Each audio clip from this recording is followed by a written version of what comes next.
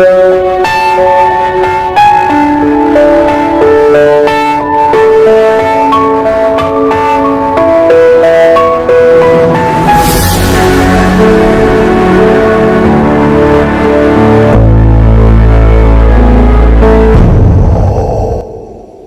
2 के ऑर्बिटर ने कहा, स्वागत है मेरे दोस्त, और चांद पर लैंड कर गया चंद्रयान 3। जिस काम को रूस और अमेरिका भी नहीं कर पाए वो भारत ने कर दिखाया। पूरे देश में जश्न का माहौल, दुनिया भर में मिल रही है बधाइयां, पर काम अभी नहीं हुआ पूरा। इसरो वैज्ञानिकों के आगे है मिशन पूरा। दोस्तों, सारी मुश्किलों को पार करते हुए, दुनिया के कई देशों को गलत साबित करते हुए हमारा चंद्रयान 3 चांद के दक्षिणी ध्रुव में लैंड कर चुका है। और इसी के चलते पूरे देश में जश्न का माहौल है, क्योंकि भारत यह कारनामा करने वाला दुनिया का पहला देश बना है। और जिस तरह से इसरो ने इस मिशन को अंजाम दिया है वो नासा और रोसकॉसमॉस के लिए भी एक सबक है। बल्कि रोसकॉसमॉस तो चंद्रयान 3 के लैंड करने के 3 दिन पहले ही अपने मिशन में फेल हुआ है। ये अपने आप में एक बहुत बड़ी बात है। जिस मिशन को रूस की स्पेस एजेंसी पूरा नहीं कर पाई उसे हमारे इसरो ने कर दिखाया। अब सभी इस जीत का जश्न मना रहे हैं, लेकिन हमारे वैज्ञानिक की टेंशन तो अभी भी कम नहीं हुई है। इन्हें सिर्फ 14 दिनों में रोवर को चांद पर यहां वहां घुमाकर शोध डेटा कलेक्ट करना है, क्योंकि 14 दिन के बाद तो फिर चांद पर रात हो जाएगी और चांद के दक्षिणी ध्रुव पर वैसे ही सूर्य की किरणें तिरछी पड़ती हैं। जैसे कि रात होगी तो रोवर की बैटरी बैकअप कम होने से काम करना बंद कर देगा। इसलिए वैज्ञानिक चांद के इन 14 दिन में पृथ्वी के रात दिन एक करके अपने काम को अंजाम देंगे। इसलिए हमारे वैज्ञानिक अभी भी पूरी तरह से चौकन्ने हैं और उनका पूरा फोकस चंद्रयान 3 मिशन के बाकी बचे हिस्सों को कंप्लीट करने पर है।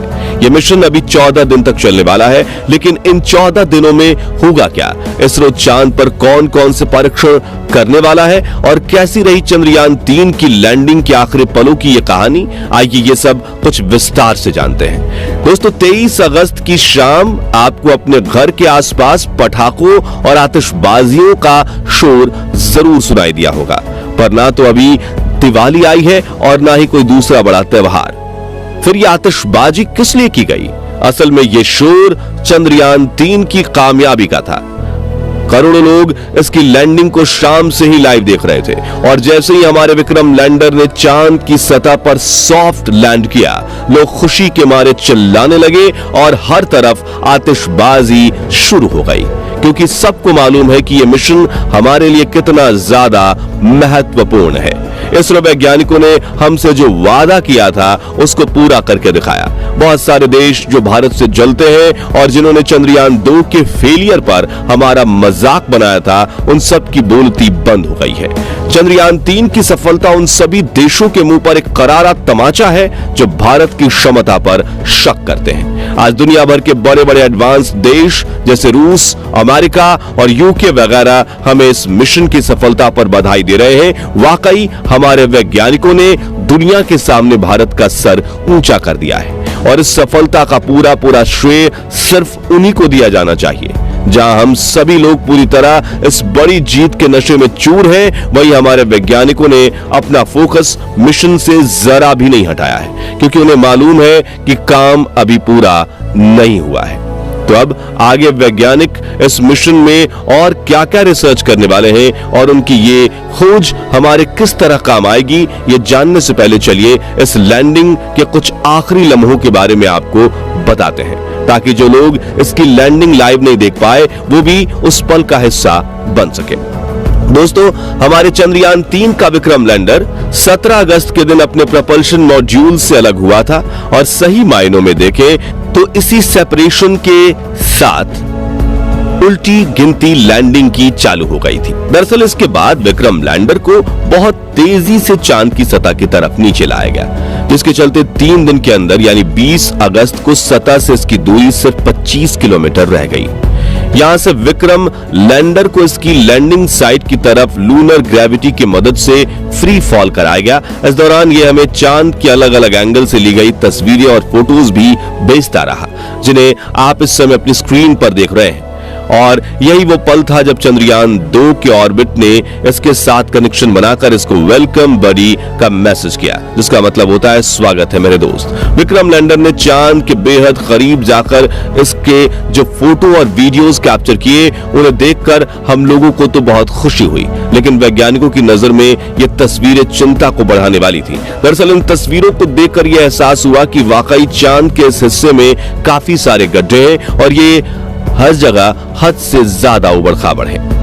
इसको देखकर एक पल के लिए हमारे वैज्ञानिक भी चिंता में पड़ गए थे कि विक्रम लैंडर इतनी खराब जगह में कैसे लैंड कर पाएगा, लेकिन फिर भी वैज्ञानिकों ने खुद पर भरोसा रखा और प्लान के अनुसार लैंडर को आगे बढ़ाते रहे। आखिरकार वो पल आ गया जब विक्रम लैंडर चांद की सतह पर उतरने के बिल्कुल करीब था। लैंडिंग का समय शाम 6:04 रखा गया, लेकिन उसकी लाइव स्ट्रीमिंग करीब 45 मिनट पहले शाम 5:20 पे ही शुरू हो गई थी।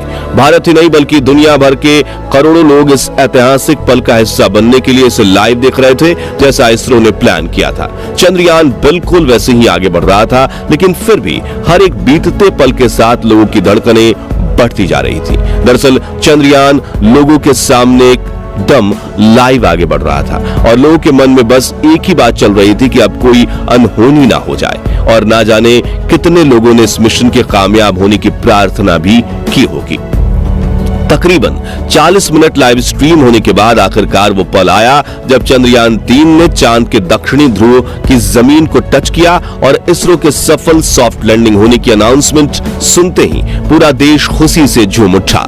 सालों की मेहनत, करोड़ों अरबों के कैलकुलेशंस, वैज्ञानिकों की ना जाने कितनी स्लीपलेस नाइट्स, वो सब कुछ वसूल हो गई। भारत चांद पर लैंड करने के मामले में अमेरिका, रूस और चीन के बाद दुनिया का चौथा देश और आज चांद के दक्षिणी ध्रुव में लैंड करने वाला पहला देश बन चुका है। और शायद आपको ये एहसास ना हो, लेकिन ये एक बहुत बहुत बड़ा कीर्तिमान है। हमारे इस मिशन के दौरान ही रूस ने अपना लूना 25 मिशन लॉन्च करके चांद के इस इलाके में हमसे पहले उतरने की कोशिश की थी, लेकिन रूस के लैंडर को मुंह की खानी पड़ी और लैंड करने से 2 दिन पहले ही ये चांद पर औंधे मुंह क्रैश हो गया। आप सोचकर देखिए, जिस मिशन को रोसकॉस्मोस जैसी एडवांस मानी जाने वाली स्पेस एजेंसी भी अंजाम तक नहीं पहुंचा सकी, उसे इसरो ने कर दिखाया और अब इसरो को दुनिया में वो पहचान और वो इज्जत मिल रही है जिसका ये बहुत समय से हकदार था। खैर, ये तो हुई लैंडिंग की कहानी, पर अब आगे 14 दिनों तक हमारे वैज्ञानिक इस मिशन में कौन कौन से रिसर्च करने वाले हैं और 14 दिन पूरे होने के बाद विक्रम लैंडर का क्या होगा, चलिए आपको बताते हैं। दोस्तों, सबसे पहले तो आपको बता दें कि हमारे विक्रम लैंडर के साथ प्रज्ञान रोवर को भी चांद पर भेजा गया है और अब चांद पर जितना भी रिसर्च का काम होगा वो हमारे इसी 6 पहियों वाले रोवर की मदद से किया जाएगा। दरअसल प्रज्ञान एक रोबोटिक रोवर है जो चांद के अलग हिस्सों में जाकर उसकी सतह के सैंपल कलेक्ट करेगा और फिर उन पर अलग अलग टेस्ट किए जाएंगे। इसके अलावा इस मिशन में चांद के वायुमंडल, भूकंप और वहां मौजूद पानी की खोज भी की जाएगी। इतना ही नहीं, विक्रम लैंडर से अलग होकर जो प्रपल्शन मॉड्यूल चांद की कक्षा में चक्कर काट रहा है, वो भी आने वाले कुछ महीनों या हो सकता है कुछ सालों तक ऐसे ही घूमते हुए अलग अलग तरह के रिसर्च को अंजाम दे। हमारे इसरो के वैज्ञानिक प्रपल्शन मॉड्यूल की मदद से पृथ्वी के वायुमंडल पर कुछ जरूरी रिसर्च करेंगे और इस रिसर्च से प्राप्त डेटा का इस्तेमाल दूसरे ग्रहों पर जीवन की खोज करने में काम आएगा। अब सबसे अहम सवाल है कि 14 दिन की रिसर्च पूरी होने के बाद विक्रम लैंडर और बाकी सारे उपकरणों का आखिर होगा क्या? असल में दोस्तों, चंद्रयान 3 एक वन वे मिशन है, यानी हमारे इसरो वैज्ञानिकों ने अपने उपकरण को वापस पृथ्वी पर लाने का कोई प्लान नहीं बनाया है। इसका मतलब यह है कि हमारे उपकरण हमेशा हमेशा के लिए चांद की उस अंधेरी दुनिया में ही रह जाएंगे और हमारे पास अगली जनरेशन को सुनाने के लिए इनकी बहादुरी के सिर्फ किस्से और कहानियां ही बाकी रहेंगे। वैसे आप लोग बताइए कि चंद्रयान 3 की सफलता पर आप कैसा महसूस कर रहे हैं? कमेंट करके जवाब दीजिएगा। बाकी हमारी आज की इस वीडियो में बस इतना ही। वीडियो अच्छी लगी हो तो इसे लाइक और शेयर जरूर करना और साथ ही आप हमारे फेसबुक पेज पर नए हैं तो पेज को फॉलो और चैनल को सब्सक्राइब भी जरूर करें। मिलते हैं जल्दी ही ऐसी एक और इंटरेस्टिंग वीडियो में, तब तक के लिए गुड बाय, जय हिंद।